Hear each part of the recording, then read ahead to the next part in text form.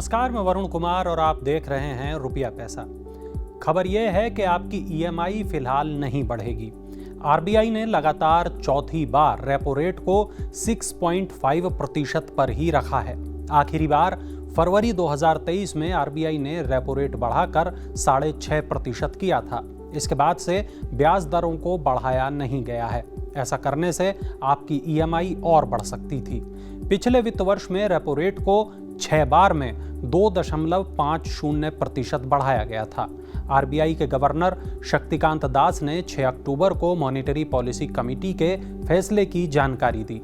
उन्होंने कहा कि महंगाई के खिलाफ लड़ाई अभी जारी है और इसे 4% पर रखने का लक्ष्य है। आपको बता दें कि हर 2 महीने में मॉनेटरी पॉलिसी की मीटिंग होती है। इससे पहले अप्रैल में ये मीटिंग हुई थी। खबर पर आगे बढ़ें उससे पहले आपको ये बता दूं कि रेपो रेट बढ़ते हैं तो ब्याज दरें बढ़ती हैं। बैंक से आप जो लोन लेते हैं वो महंगा हो जाता है। होम लोन से लेकर कार लोन तक महंगा हो जाता है। लेकिन अगर आप बैंक में पैसा जमा करते हैं तो भी आपको बढ़ी हुई ब्याज दरों का लाभ मिलता है।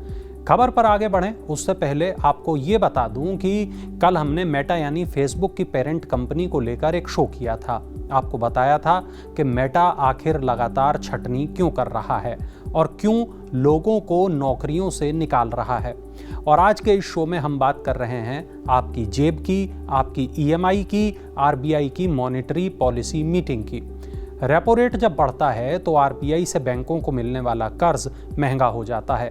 बैंक भी अपने ग्राहकों के लिए कर्ज को महंगा कर देते हैं और इससे होता यह है कि अर्थव्यवस्था में मनी फ्लो कम हो जाता है और डिमांड में कमी आती है।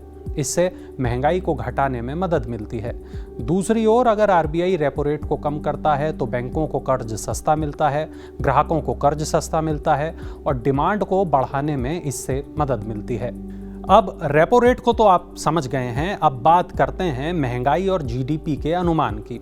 आरबीआई गवर्नर ने महंगाई और जीडीपी के लिए भी अनुमान जारी किए। महंगाई अनुमान को 5.4% पर बरकरार रखा गया और जीडीपी ग्रोथ के अनुमान को 6.5% पर बरकरार रखा गया। आरबीआई के गवर्नर शक्तिकांत दास ने कहा कि अंतर्राष्ट्रीय परिस्थितियों की वजह से अर्थव्यवस्था में सुस्ती है। अगस्त महीने में रिटेल महंगाई 6.83 पर आ गई थी, जो जुलाई में 7.44% थी।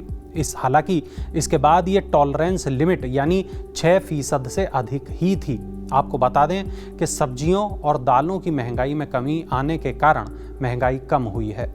आपके यहाँ महंगाई की क्या स्थिति है, ये बात आप कमेंट सेक्शन में ज़रूर बताइएगा। खैर, आगे बढ़ते हैं और बात करते हैं विश्व बैंक की उस रिपोर्ट की जो ये बताती है कि भारत की जीडीपी ग्रोथ 6.3% रह सकती है, जबकि आरबीआई ने 6.5% का अनुमान बताया है।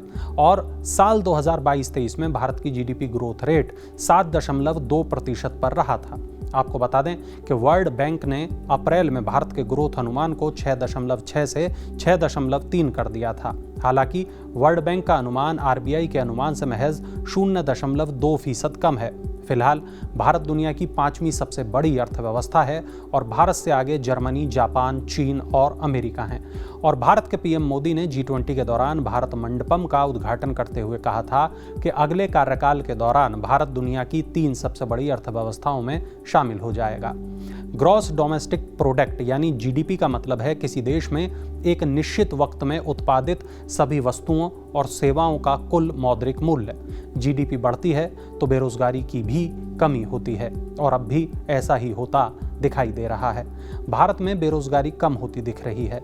सितंबर में बेरोजगारी दर 7.09% पर आ गई है, जो अगस्त में 8.10 पर थी। अब बेरोजगारी दर साल भर के निचले स्तर पर है।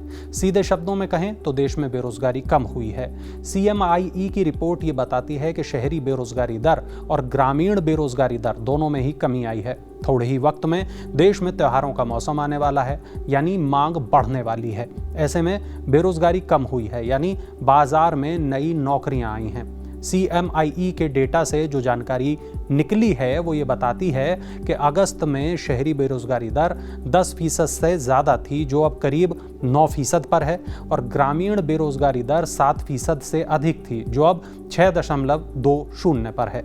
इस पूरे मामले पर आपका क्या कहना है? क्या महंगाई घटेगी? क्या अर्थव्यवस्था में सुधार होगा? क्या बेरोजगारी में कमी आएगी?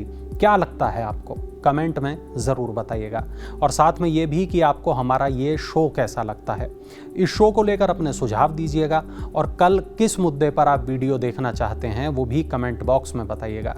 चलिए कल फिर मिलते हैं, तब तक आप बने रहिए न्यूज़ नेशन के साथ।